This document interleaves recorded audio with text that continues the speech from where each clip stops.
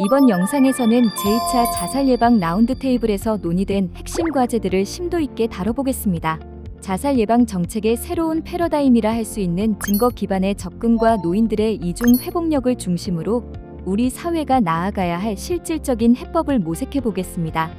지난 4월 29일 생명보험사회공헌재단은 각계 전문가들과 함께 노인 자살 예방을 위한 지혜를 모았습니다.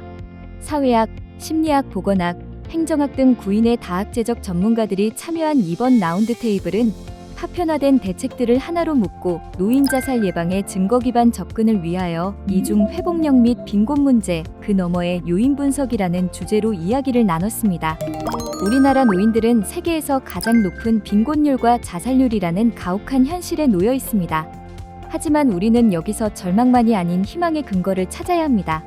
통계에 따르면 극빈층 노인의 94.4%는 극심한 고통 속에서도 자살 충동에 굴하지 않고 삶을 지탱해내고 있습니다. 우리는 이제 왜 죽음을 생각하는가를 넘어 이들을 버티게 하는 보호 요인, 즉 회복력의 실체가 무엇인지 명확한 데이터로 입증하고 이를 정책에 반영해야 합니다.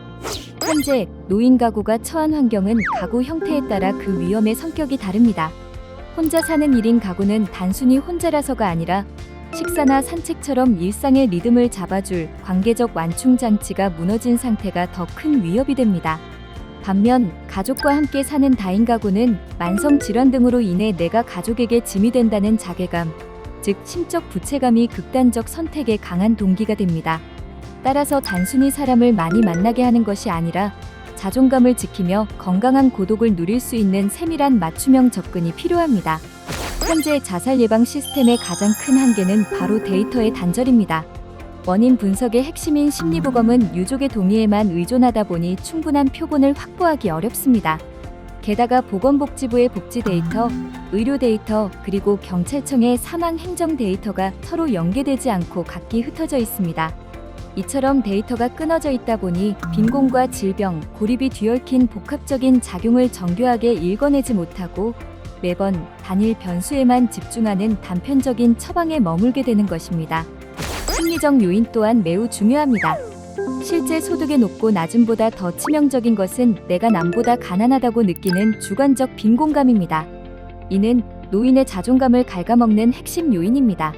또한 자살을 금기시하는 사회적 낙인은 유가족의 건강한 애도를 방해하고 해소되지 못한 트라우마는 세대를 건너 자녀와 손주에게까지 심리적 부채로 전이되는 악순환을 만듭니다.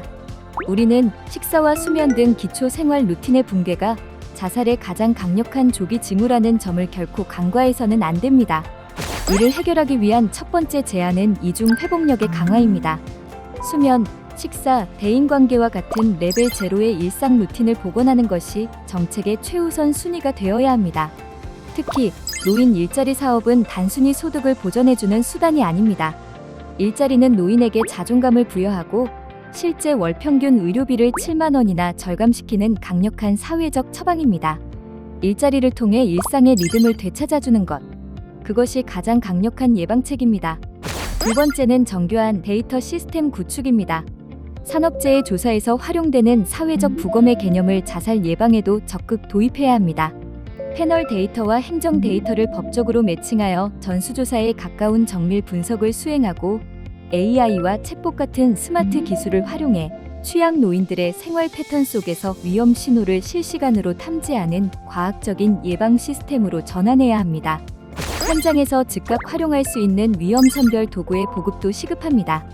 가구 형태와 건강 상태, 루틴 정보를 기반으로 위험도를 한눈에 보여주는 시각화 도구를 통해 고위험군을 조기에 판별해야 합니다. 또한 지자체와 학계 그리고 민간이 긴밀하게 협력하는 지역 거버넌스 허브를 구축하여 정책의 사각지대를 촘촘하게 메워나가는 노력이 병행되어야 합니다. 앞으로 우리는 기존 정부 대책의 한계점을 다시 한번 꼼꼼히 리뷰하고 실제 현장과 민간에서 발생하는 사각지대의 문제들을 발굴해보기로 했습니다. 이번 논의를 요약하자면 노인 자살 문제는 어느 한 가지 이유로 설명될 수 없는 복합적인 과제입니다. 하지만 데이터에 기반한 정교한 예방책에 일상 루틴의 복원을 돕는 사회적 처방, 그리고 민관이 하나로 뭉친 현장 중심의 거버넌스가 결합된다면 우리는 충분히 이 위기를 극복할 수 있습니다. 노인 자살 예방은 단순히 예산을 투입하는 문제를 넘어 정책의 패러다임 자체를 일상의 회복으로 옮기는 것에서 시작됩니다. 무너진 일상을 세심하게 살피고 복원하는 것이 곧 소중한 생명을 지키는 길입니다. 증거에 기반한 과학적인 정책과 사회 전체의 따뜻한 연결이 함께할 때 우리 노년의 삶은 비로소 안녕할 수 있습니다. 생명보험사회공헌재단이 그 변화의 앞길에 늘 함께하겠습니다.